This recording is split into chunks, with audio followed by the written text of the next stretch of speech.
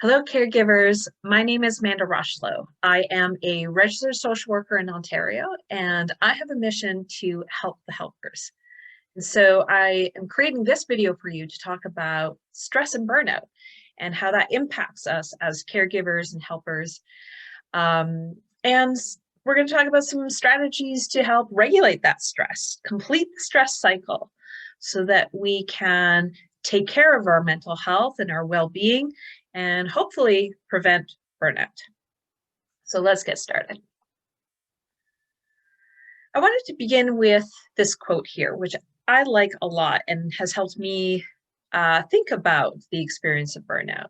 So the quote goes, said by Viktor Frankl, that which is to give light must endure burning. So my takeaway from that is that if we as caregivers are givers of light, our mission is to provide care and to support other people, that it comes with a bit of a cost. Right? To give light must endure burning. So what we have to figure out as caregivers is how to burn fuel, our fuel that we replenish on a regular basis so that we're not burning ourselves and we're not burning out. Right? So that's what our goal is for this workshop here today, is to talk about how do we maintain that light and that offering that we can continue to give and support others while protecting our own well-being so that we also can experience our own light and so that we don't burn out. So let's talk about that stress piece. If we're going to talk about burnout, we've got to talk about stress because burnout is a stress issue. So I have this image on the screen here of the reptile, right? Because when we're talking about stress, we often talk about the reptilian brain. It's that particular part of our brain right at the back of our head which is where our stress response is activated. And so what that stress response is, it's a complex response that involves changes physically, psychologically, emotionally, and behaviorally, even hormonally. Right? So lots and lots going on when we're stressed out. And this stress response is really designed to help keep us safe and help us survive in what was once a very dangerous world, right? Where there were a number of threats all around us. And our mission was basically to stay alive, feed ourselves, reproduce, find shelter. That was kind of the life in which the survival brain, the stress brain was created for. So nowadays, our stressors are a little bit different. Sometimes they can be threats, but sometimes those threats are internal too. Right? So like self-criticism, even our own stress turns into a stressor. And a lot of us are just dealing with a lot of life demands. We're dealing with chronic stressors, right? Day after day, there being a lot to do and a lot of responsibility and maybe a lot of pressure to do those things. And maybe we feel like we don't have a lot of support or the resources or the time and energy to do it all.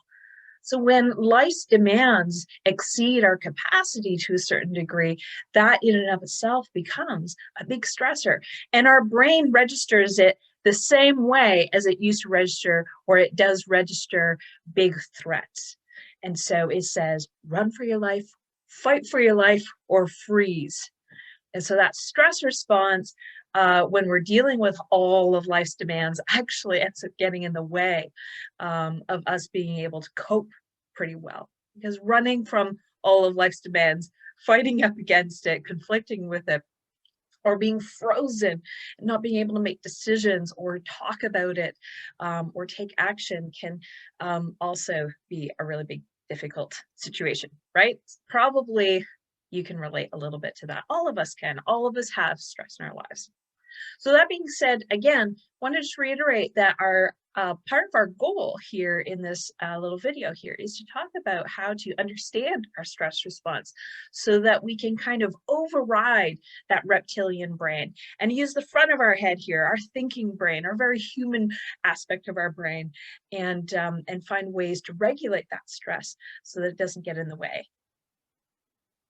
The other thing that we have programmed right into the hardwire of our brain is what is called the negativity bias. The negativity bias is basically our brain's automatic system of scanning the world and highlighting negative stuff, right? And that was the brain's old way of staying safe. So it needed to be able to scan the world and be able to identify the threats and the danger. Nowadays, the negative information can be people complaining, the news, stuff you see on social media, just about anything, right? So just think about it. A lot of times we have maybe, a decent day, a neutral day, maybe even a great day. But if something negative happens in that day, then chances are if somebody says, hey, how was your day? You're probably going to end up talking most likely about the negative experience over all the neutral stuff and all the positive stuff. So this negativity bias is kind of built right into us. And again, once we realize that it's there, we can kind of override it. We can try to work against it to be able to balance out the negativity bias. Chronic stress ends up causing a whole other bunch of issues. It starts to change the structure of our brain and how our brain functions, right? So the back of our brain, that survival brain, is fired right up. Our emotional brain center is fired right up. And our thinking brain here tends to kind of die down a little bit. It's less active when those other parts of our brain are more active. So it really changes the way we perceive things and the way we cope when we're under chronic stress. It definitely wears down the body and is linked to a lot of illness and health issues. I have this image on the screen here of somebody holding a glass of water. And I want you to think about the fact that if I asked you to pick up a glass of water, most of you would say, no problem, I can do that. You'd pick up the glass of water and it would be a fairly easy experience. But now think about asking you to hold that glass of water out with your arm out straight, gripped in your hand for hours and hours. Right? Then all of a sudden, what was once an easy task and didn't cause pain becomes very difficult and painful. Also, imagine I asked you to hold a glass of water, you did for a while, you finally got a chance to put it down, you're resting your arm and your wrist and your fingers, and then somebody comes in the room and says, pick up that glass of water again. Sometimes when we have a lot of demands and a lot of people asking us to do things from other areas of our life, they don't realize we were just holding that glass of water for hours already. And so what they might think is really simple is really difficult for us. Hopefully that metaphor is kind of registering here the idea that when we're holding on to stress, when we're holding on to that glass of water, it becomes more and more painful as time goes on. So what we really need is to recognize that as we experience stress, we want to be able to balance that out with rest and recovery periods. That this is actually how our brains, bodies, and nervous system is built and designed for, is to be able to ride this wave so that we deal with a little bit of stress in our lives and then we kind of recover from that, recoup and restore so that we're equipped and ready to go for the next stressful or demanding life experience. Now, these light blue lines across the screen, I want you to think about those as sort of our window of tolerance. That means that as long as we're dealing with emotions and stress that are within those lines, we find it fairly manageable. Some of us have a narrow window of tolerance. Some of us have a really wide window of tolerance, right? So you can think about the differences between yourself and other people and what sets people off and what they're quite tolerable for and things like that. A lot of times when we have a lot of experience with a certain type of stress, we actually start to build tolerance for it. So somebody else might come in and go, oh my gosh, I can't believe you have to deal with that on a regular basis. And you kind of go, I'm pretty used to it. I have a pretty big window of tolerance for it. So we want to experience some balance between stress and recovery periods, and we want that all to be within our window of tolerance.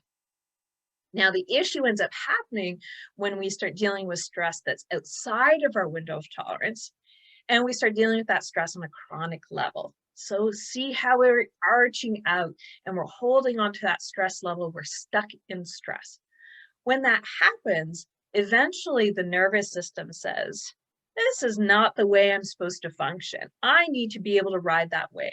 The nervous system and your brain start sending messages to create that balance, but it doesn't do it in a very comfortable way. What ends up happening is that when we're dealing with chronic stress, we reach that breaking point, the biology, our body takes over and it forces a recovery period.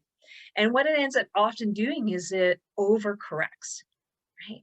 And so there's a difference between riding the wave and feeling like we are resting intentionally, recovering from the day, versus this forced recovery period where we collapse at the end of the day and we fall asleep, in the middle of a TV show, or we mentally collapse, we emotionally collapse.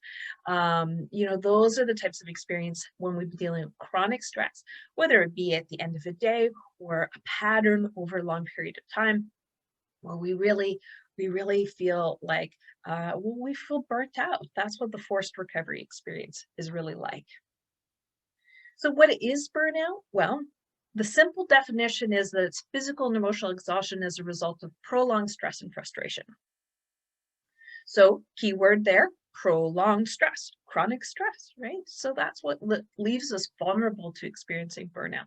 Now, there's kind of different types of burnout. And over the years of working with individuals with burnout, I can kind of see that there's sort of the short-term burnout experience where maybe you've been dealing with something for chronic stress for a while, maybe an intense stressful period of your life, and then there's that collapse, right, where people have to recover from that. But then there's also burnout patterns where people have been riding these big peaks and big lows, and they've been repeating that pattern over a really, really long time as well, right? So there's different experiences. Now, we often use the term caregiver burden. Maybe you've heard of this. And I want to introduce you to an assessment. There's the Zaret Burden Interview.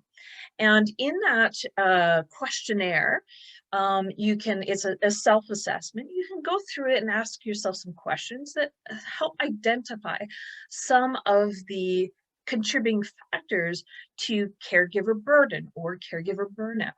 So some of them being on the screen, like, well, we feel like we have less time for ourselves, we're struggling to uphold other responsibilities, we feel the health impact, social life impact, feel like there's high expectations, financial demands, we feel less in control of our own life, fewer supports to share the responsibilities, and we end up feeling a lot of guilt about not doing enough.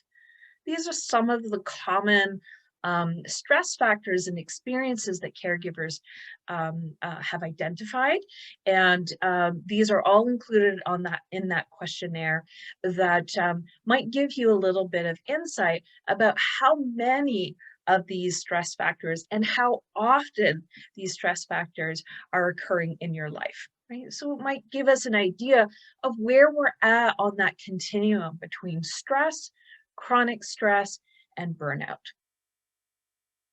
Another tool that you can take a look at is the stress and burnout questionnaire. So not specific to caregivers, but a lot of the same identifiers. So feeling constantly exhausted, tired, and fatigued, becoming increasingly irritable and with a short fuse, experiencing increased difficulty making decisions, starting the day feeling unfreshed, feeling unappreciated most of the time, feeling burdened by responsibilities and pressures, a growing sense of being out of control in areas of our lives, and frequent physical symptoms and illness. So some common ground to the Zaret interview, right? So these two assessments, along with a number of other assessments, can be found on my website in the free resource section. So if you go to amandarocheleau.com/free resources, or find that tab at the top of the screen, and you'll be able to see a number of some really helpful assessment tools to be able to kind of look at our lives and evaluate sort of where we're at. And this information can be really helpful for us. And sometimes when we can't really easily identify how we're feeling, these questionnaires are kind of like cheat sheets. They kind of find the language for you, and sometimes is a real eye opener for people to really be able to say, wow, according to this questionnaire, which has been, is evidence based and is based on a lot of research, this questionnaire is telling me that I might need to really take a look at my levels of stress because I'm on the verge of burnout. All right, there are three parts that we want to be on the lookout for burnout. The first is feelings of energy depletion and exhaustion, right? That's pretty straightforward. Most of us would agree that's what burnout looks like. The other piece is increased mental distancing and feelings of negativism and cynicism. So you might notice that the mental distancing, what that means is where we start to mentally pull away. We're less driven, less involved, less engaged with our roles or our work, our relationships, right? So we kind of, people call it zombie mode, like you're just kind of like going through the motions, but less mentally involved. And the third piece being where we really start developing a reduced sense of efficacy and confidence. And so it comes with self-judgment, self-criticism, self-doubt. Right? That's kind of the third part, and typically an indicator that the other earlier signs have been showing up for a while. You can kind of move through the parts like chapters of a story. So what I end up seeing, the stories that I end up hearing from individuals often start with, I'm just so tired, right? There's just so much to do and there's just not enough energy to get it all done. And there's this energy depletion, like starting off the day feeling already run down, and it's a really uncomfortable experience. And so that's definitely something I commonly hear from individuals dealing with burnout. But the other part of the story is where people start talking about the numbing out, the drifting away.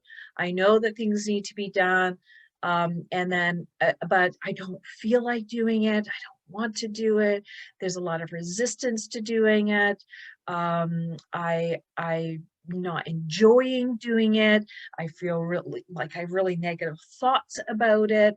And so deadlines, responsibilities, pressure, demands are all piling up.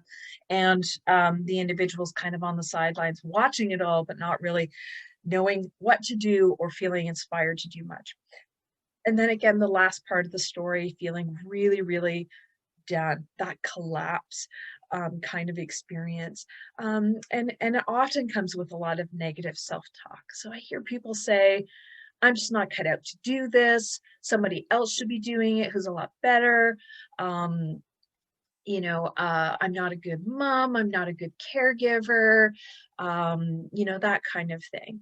And a lot of times that kind of negative inner monologue, it's the burnout talking, and so I think it's really important that we think about that experience as a really common and normal experience that comes from burnout, and that when we start addressing it, we address burnout and address chronic levels of stress and making some changes there and healing, that a lot of times people's confidence and positive self-talk can be, a natural and positive consequence of doing that work.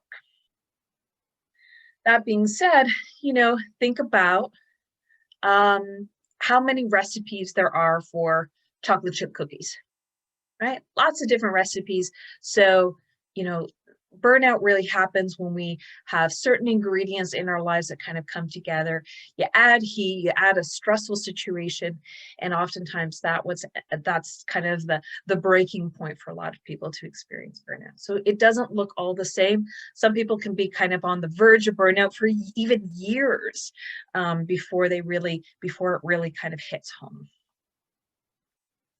So I want to shift gears here a little bit and talk to you about some of the strategies to be able to ride those waves. I love this quote: "You can't stop the waves, but you can learn to surf." We can't stop stress from entering our lives. We're all going to experience stress. We have stressors in our life and we have stress. Stressors and stress are a little bit different things. Sometimes even when the stressor is gone, we still have stress.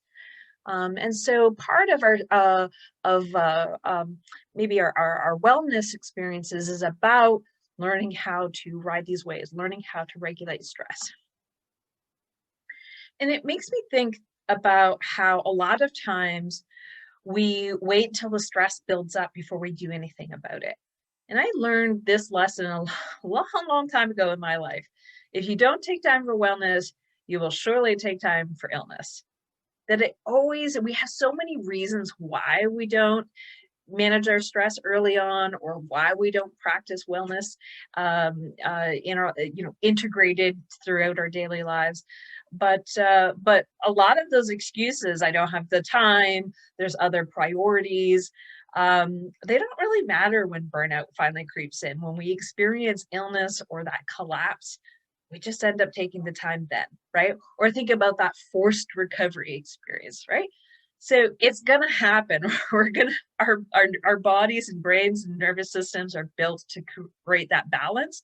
So if we bring in a little bit of a sense of control and deliberate decisions to practice wellness, even just little bits of time throughout our lives and our daily experiences, then a lot of times we can actually get ahead of the illness piece. So how do we create balance? This is a big topic and there's no one way, but I want to introduce to you a few things that come to mind. So here is an acronym that I often use. This is often used in different types of mindfulness practices. And so I kind of made some adjustments to it. And this might help you kind of work your way through some of the initial steps in regulating stress. So the acronym is STOP. It begins with stop what you're doing. We can be really busy and on the go and really distracted with our external world and what we need to do.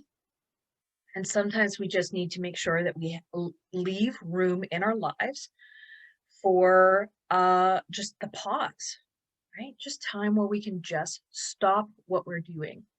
When we stop, then we want to move into just taking a few deep breaths. I'm going to explain to you in a few minutes about why those deep breaths are one of the most important steps in regulating our stress. Once we've stopped and breathed, then we can tune into the body. Just observe what's happening, right? How am I feeling right now? How is my heart rate or my breathing, or is there tension? Right? Our body tends to tell us a lot about where we're at and with stress and how we're experiencing it. So if we learn to listen to the body, then it gives us information that allows us to know how to proceed. And when we do that, whatever next step we do, we make sure that it's intentional and compassionate, that it helps shift our body into rest and create that balance, right? Ride those waves. So that's the STOP acronym. And I have the image here of the person juggling, right? Because I think that's often what life feels like. We're in this juggling act with lots of things on the go. Sometimes we're multitasking and thinking of many other people. As caregivers, a big part of our experience is thinking of another person's health and well-being.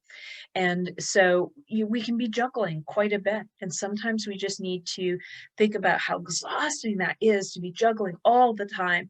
We need to take all those juggling balls, we need to put them down, stop juggling, take a few deep breaths, observe what's going on in your body, and maybe take a look and name each one of those balls. What am I juggling right now? How many things do I have on the go? And then proceed intentionally and compassionately. Now, when we proceed, we want to just take some time to be able to work with the body, shift the body. And so we need to actually start to learn how to read our own body language. We need to be able to recognize the signs that our stress response has peaked, Think about that top of that wave. Have I reached that window of tolerance, the edge of the window of tolerance? And is this time now? Am I getting the warning signs that it's time to balance that out with some rest and recovery? Okay. We get to learn how to read the gauge on our own internal resources. Do I have fuel in the lamp, to keep that light burning? Or am I running on empty? And then we start to be able to use the body to shift the body into rest mode and to complete that stress cycle. So one of the first ways that we're going to use the body is by tuning into our breath. Okay, so first we take some deep breaths, and I want you to do it right now while you're watching this video. Just notice what it feels like to breathe in intentionally and out. Breathing is the common language between our body, our nervous system, and the brain. Right? This is what our body understands.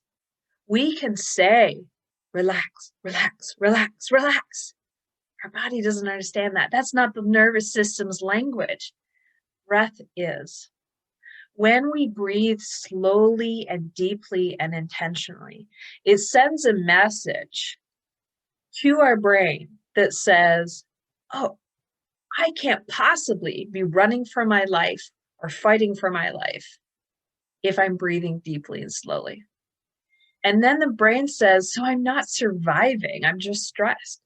Survival brain turns down. Thinking brain turns back on and says, okay, I'm stressed. What problem can I solve right now? How can I cope with that? How can I communicate that? Right? But without access to this part of our brain, it gets really difficult. Survival brain says, well, I guess I'm just running the show. And so we're running or fighting through the stress. So just take a deep breath. Take that deep, deep breath. Send the message to the brain, I'm okay. Right? Very, very powerful first steps. And one that we take for granted a lot, right? I know you've all heard about how important breathing is. And then we forget the message or we minimize it and say, yeah, I breathe all the time.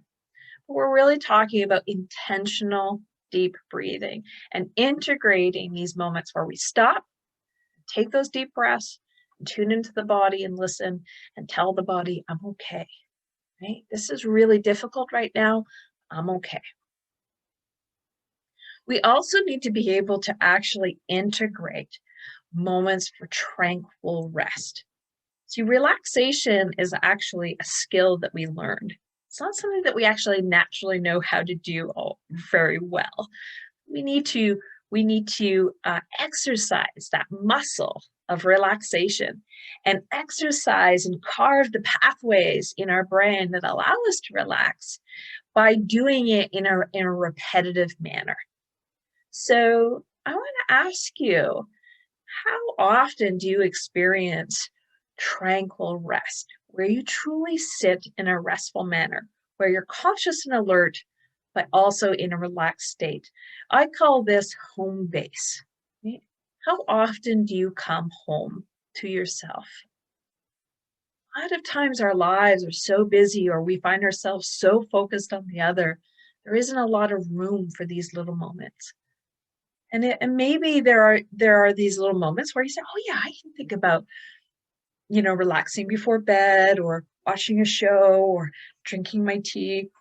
And sometimes we just, because of that negativity bias, we kind of don't really appreciate those moments, even if we have them. Why don't you really think about exercising that muscle and practicing tranquil rest in your life? Maybe you'll notice, that's an area I could really improve on. I could find little brief moments in my day where I could try to drop in to a restful manner and sit with my thoughts and my body and my breath. And if you are having some of those little moments, really lingering in those moments a little longer, appreciating them and naming them, right? Being a little bit more mindful as you experience tranquil rest. We also sometimes need to create balance in our lives, and sort of shift gears in our body by recognizing that maybe we need to do something called active rest. And so that's where, if we're finding ourselves really overwhelmed with lots of stuff, we're juggling a lot, then sometimes we just need to just shift gears so that we give the mind a job and it's a low demand activity. And we just focus in on that and kind of go on cruise control for a bit. So a lot of people will talk about maybe like knitting or coloring, or going for a walk. These are low demand activities that allow the mind to kind of wander and reset a little bit, and that these can be helpful experiences throughout your day to help just create a little bit of that movement and regulate some stress. So think about that. What are the opportunities in your life that you experience active rest? And just kind of switch gears a little bit, and think about what those activities might be. It could be doing the laundry in the day and just walking away from a stressful situation and just saying, I'm going to go do the laundry for a bit or wash the dishes or something like that. Maybe those are the ideas that come to you, or the moments that you can integrate into your day to help sort of just shift the stress experience a little bit. Physical activity is one of the most researched, and the number one identified stress relief strategy, right? Move the body. Again, the body is experiencing distress, and so when we use the body to regulate it, it's most helpful. So maybe you have ways that you introduce physical activity in your day, and if you are a person who runs or walks or bikes or does yoga, you'll probably already know that physical activity for you definitely helps you out a lot, and it helps sort of shift that experience with stress. But maybe you're a person who doesn't particularly like all that physical activity like that. And I know for me, I am definitely not a runner and not sure I'll ever be one. But there's other ways that we can engage the body. Just drop in, right? Again, that STOP acronym tells us we want to just drop in and pay attention and observe what's going on in the body. So if we're dealing with that kind of chronic stress, high demand of a day, then sometimes just stopping and stretching can be a really big one, right? We often do that naturally when we're under stress. We feel like we need to move and stretch.